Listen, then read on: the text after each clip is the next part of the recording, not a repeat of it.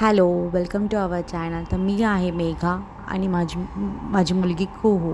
तर कुहू आता जवळपास 10 महिन्यांची आहे आणि तिला जेव्हा 6वा महिना संपला होता त्याच्यानंतर आहे ना मला खूप टेन्शन असायचं की मी तिला खायला काय देऊ. तर त्याच्यामुळे ना असं मी सारखं ChatGPT, इंस्टाग्राम, गुगल इकडे सारखं मी सर्च करायचे की हे खाल्ल्यावरती काय होईल, ते खाल्ल्यावरती काय होईल. तर असंच मी सर्च करत करत थोडं करून कुहूला काही रेसिपी चालू केल्या आणि त्याच रेसिपी मी आता तुमच्यासोबत शेअर करते आहे. तर ह्या रेसिपी मी गेले लास्ट 4 मंथपासून कुहूला देते. त्याचा काहीही तिला साईड इफेक्ट नाही आहे किंवा काही तिला त्राससुद्धा नाही झाला आहे बाकी. तर तुम्हीसुद्धा तुमच्या बाळांसाठी असंच टेन्शनमध्ये असाल ना, तर माझा व्हिडिओ खरंच तुम्हाला खूप हेल्पफुल होईल. कारण मी त्यावेळीसुद्धा मला असा कंबाईन व्हिडिओ कधी भेटलाच नाही. सगळ्या वेगवेगळ्या रेसिपीज होत्या. त्याच्यामुळे मी विचार केला की मी पूर्ण असा व्हिडिओ बनवते जिथे एक 4-5 रेसिपीज तरी तुम्हाला भेटतील आणि तुम्हाला आयडिया येईल की तुम्ही काही द्यायचं.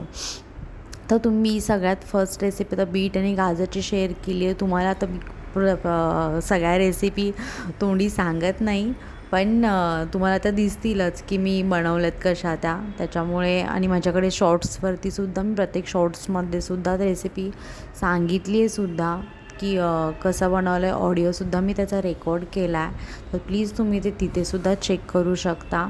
आणि हे सगळे जे पदार्थ आहेत ना, हे सगळे आपल्या घरीच भेटतात. त्यामुळे तुम्हाला बाहेरून ते होममेड बाहेरून तुम्हाला सेरलॅक वगैरे घ्यायची गरज नाही आहे. बाळासाठी तुम्ही घरातल्याच गोष्टी लहान मुलांना देऊ शकता. स्टार्टिंगला 6-7 महिन्याचे असताना तुम्ही त्यांना प्युरी फॉर्ममध्ये द्या आणि 7 महिन्यानंतर थोडंसं मॅश फॉर्ममध्ये द्यायला चालू करा. मी सुद्धा कुहूला प्युरी फॉर्ममध्येच देत होते. 6-7 महिन्याची होती तेव्हा. आणि नंतर हळूहळू मी त्याची कन्सिस्टन्सी थोडी जाड करत गेले आणि ती आता एक्सेप्टसुद्धा करत गेली आहे. आता लिटरली मी तिला चपातीसुद्धा भरवते ना, तर तीसुद्धा चावून खाते. तर हे माझ्यासाठी खूप बेनिफिट झालं आहे की मी तिला आधीपासूनच त्याची सवय लावली आहे. हे मखाणा वगैरे हे तर तुम्ही तुमच्या बाळाच्या डाईटमध्ये खरंच इन्क्लूड करा. खूप पौष्टिक आहे हे. आपले आजी मम्मी त्या लोकांच्या वेळी एवढं सगळं काही अवेलेबल नव्हतं आणि त्या लोकांना एवढी माहितीसुद्धा नव्हती. आजकाल यूट्यूब, इंस्टाग्राम या सगळ्या गोष्टींमुळे ना आपला प्लस पॉईंट आहे की आपण ज्या आत्ताच्या न्यू मॉम आहे 2025 मधल्या, तर त्यांना ना हे सगळ्या रेसिपीज अवेलेबल भेटतात यूट्यूबवरती, जे करून बघून आहे ना आपण बनवूसुद्धा शकतो. आणि कुहूलासुद्धा मी अशाच खूप साऱ्या रेसिपी डेली ट्राय करते आणि 3 डेज मी तिला त्या कंटिन्यूसुद्धा करते. मी तिच्या कुठल्याही जेवणामध्ये मीठ किंवा साखर याचा वापर नाही करत, कारण ती 1 वर्षापेक्षा लहान आहे अजून. आणि मी ते खूप साऱ्या माझ्या चॅनलवरती रेसिपीज पोस्ट केलेत, ते तुम्ही ते नक्की चेक करा.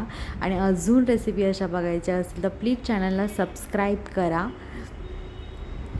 जेणेकरून मलाही थोडं मोटिवेट व्हायला होईल आणि मीही अशा खूप साऱ्या रेसिपीज कुहू सोबतची जर्नी इथे शेअर करेल.